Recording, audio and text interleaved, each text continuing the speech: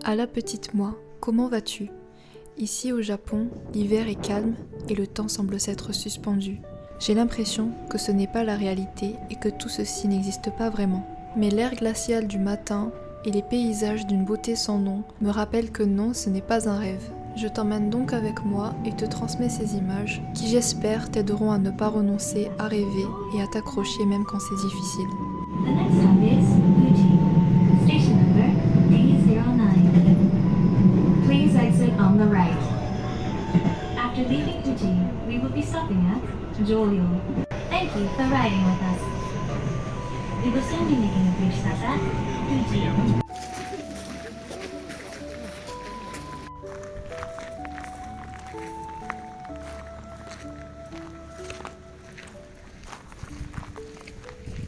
Je suis à Uji, une petite ville dans la préfecture de Kyoto. Et voici le temple Byodo-in, qui est classé à l'UNESCO et trésor national du Japon. C'est dommage car ma caméra ne fait pas honneur à sa grandeur et à sa beauté. En fait, on peut retrouver ce magnifique temple sur les pièces de 10 yens. Le bâtiment central s'appelle Hoodo, qui signifie All Phoenix, car sa structure rappelle les ailes du phénix lorsqu'elles sont déployées. Et moi aussi, tel un oiseau enfin libéré de sa cage, je voyage, et seul. Exactement comme ce que je pensais ne pouvoir jamais faire. Pour une fois, je n'ai pas attendu le bon moment, ni la bonne personne. Ce qui m'a encouragée à faire ce projet, c'était bien évidemment ma passion pour le Japon, mais aussi mon envie de me prouver que j'étais capable de faire les choses par moi-même. De base, je ne suis pas une personne courageuse ni audacieuse, et d'habitude je n'ose jamais faire les choses par ma propre volonté. Mais ce séjour est pour moi un symbole que je commence à changer. Et j'espère qu'en me regardant et en m'écoutant, toi aussi tu aies la soif et l'envie d'agir pour ce que tu souhaites être.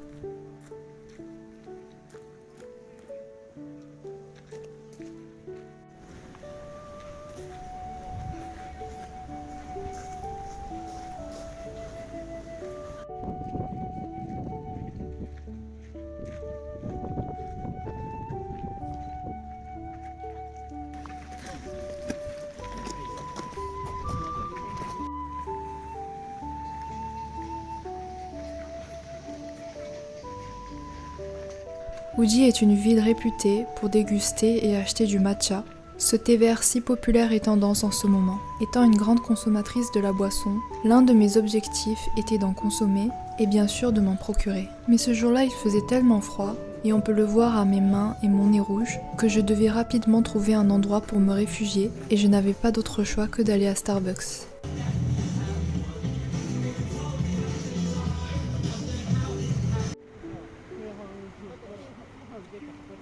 Ce pont, bien que détruit et reconstruit à multiples reprises, aurait été initialement construit en 646, considéré comme l'un des plus vieux ponts du Japon. Et cette statue représente Dame Murasaki Shikebe, qui est l'écrivaine du roman Genji Monogatari, considérée comme un chef-d'œuvre de la littérature japonaise.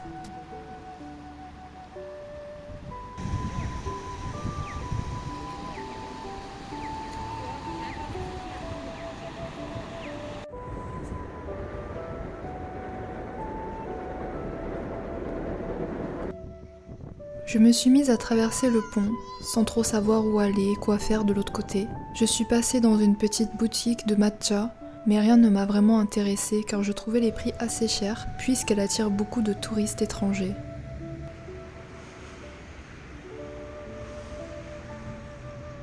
La traversée de ce pont était terrible, car il y avait beaucoup de vent et ça m'a complètement glacée.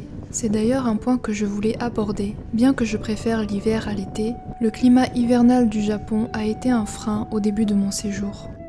Les gens autour de moi me disaient « Quand tu vas arriver au Japon, tu vas pouvoir profiter dès les premières minutes » ou bien « Essaie de sortir un peu les week-ends ». Et quand j'ai commencé à me faire des amis là-bas, beaucoup étaient étonnés du fait que je n'avais pas visité tel ou tel lieu alors que j'étais là depuis un mois. Parce que la réalité est tout autre. Il m'a fallu du temps pour m'adapter à mon nouvel environnement, trouver mes repères et m'installer confortablement chez moi avant de pouvoir envisager quelques visites. Partir dans un autre pays, commencer à y vivre était une première pour moi et ce n'était pas facile du tout.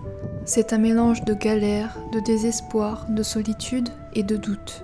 Mais cela ne signifie pas que j'ai regretté d'être partie. Je pense que c'est un processus normal, que tout le monde passe par la case mal du pays, à un moment ou à un autre. J'ai fini par acheter mon matcha à Matcha République, mais honnêtement, il était assez médiocre. Comme quoi les recommandations sur les réseaux sociaux sont à prendre avec des pincettes.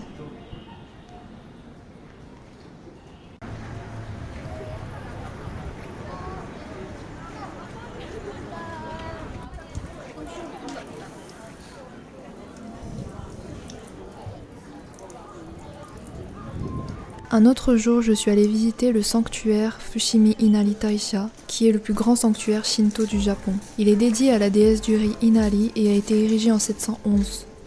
Le shintoïsme est la religion qui prédomine au Japon. Et dans les sanctuaires, on y prie, et on peut aussi tirer un omikuji, qui nous apporte un message prédisant globalement notre avenir.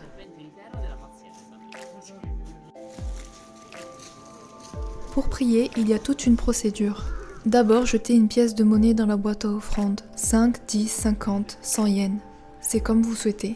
S'il y a une cloche, secouez la corde pour la faire sonner. Ensuite, on s'incline 2 fois, on frappe 2 fois dans les mains, et tout en gardant les mains jointes, on fait une prière ou un vœu.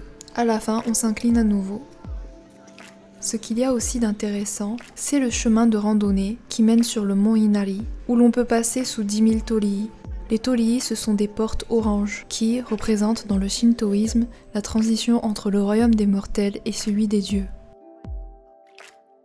C'est donc un lieu sacré, malheureusement perturbé par l'affluence des touristes. Certains sont irrespectueux des lieux, beaucoup prennent de photos et de vidéos, bloquant le passage pour les randonneurs. Le chemin jusqu'au sommet est long, tumultueux et fatigant. Mais pour les plus courageux qui arrivent au sommet, la récompense est sans prix, une vue imprenable sur la ville de Kyoto.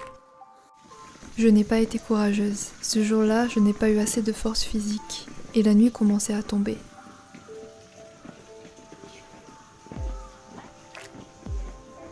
J'espère un jour pouvoir arriver au sommet.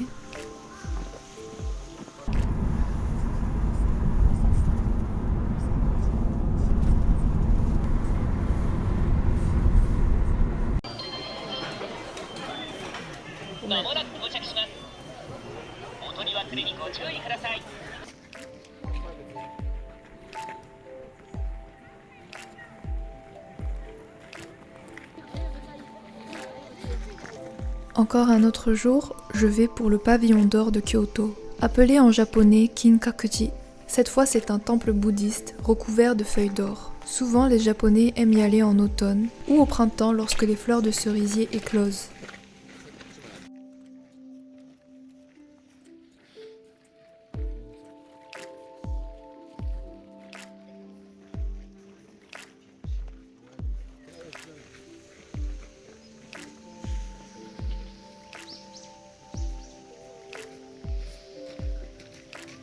La beauté de chacun de ces monuments ne m'ont pas laissé neutre, et j'ai été beaucoup impressionnée.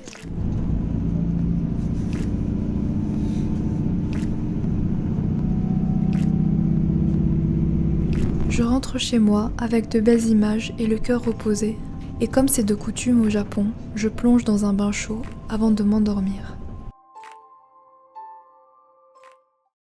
Et j'aimerais finir cette vidéo avec cette petite séquence de fin pour prendre le temps de vous remercier pour votre soutien, en particulier pour les personnes qui se sont abonnées récemment et je pense grâce à mon dernier short. C'est une dinguerie parce que je n'ai jamais eu de stats comme ça sur ma chaîne YouTube depuis que je l'ai créée en 2013. Est-ce que vous vous rendez compte? Parce que moi non. Voilà, honnêtement j'aurais jamais pensé que j'atteindrais plus de 600 abonnés. C'est pourquoi je suis très touchée et aussi très reconnaissante, donc merci beaucoup encore une fois. Je suis très ravie et très contente de voir qu'il y a des personnes qui partagent mes centres d'intérêt et j'espère qu'à l'avenir on puisse créer une communauté encore plus grande et plus solide. C'est quelque chose qui me tient vraiment à cœur parce que dans la vraie vie je suis une personne assez solitaire. Je n'ai quasiment personne avec qui parler de mes centres d'intérêt et de mes idées. Donc ma chaîne YouTube je la considère comme une safe place, comme si j'étais dans un groupe d'amis et je suis sûre qu'il y a des personnes qui regardent la vidéo ou pas qui sont à la recherche de leur safe place aussi. Donc si vous êtes dans ce cas, je vous accueille à bras ouverts.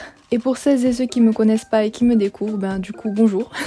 Je vous invite à regarder le contenu de ma chaîne YouTube si vous voulez en savoir plus. Et si ça vous plaît, n'hésitez pas à vous abonner. Comme vous pouvez le voir au décor, vous avez bien deviné que je ne suis plus au Japon, je suis retournée en France. Mais j'ai beaucoup de contenu que j'ai filmé au Japon, donc restez connectés s'il vous plaît. Et aussi je suis sur Instagram, donc voici mon pseudo, c'est Coco Swan. Je vous invite vraiment à me suivre sur Instagram pour qu'on puisse mieux communiquer, parce que je poste des stories régulièrement pour vous demander votre avis ou pour même vous partager mon quotidien. Donc je vous donne aussi rendez-vous sur Instagram. Voilà, c'est tout pour cette vidéo. Merci beaucoup d'avoir regardé jusqu'ici. Merci encore à tous et je vous dis à bientôt pour une prochaine vidéo. Bye!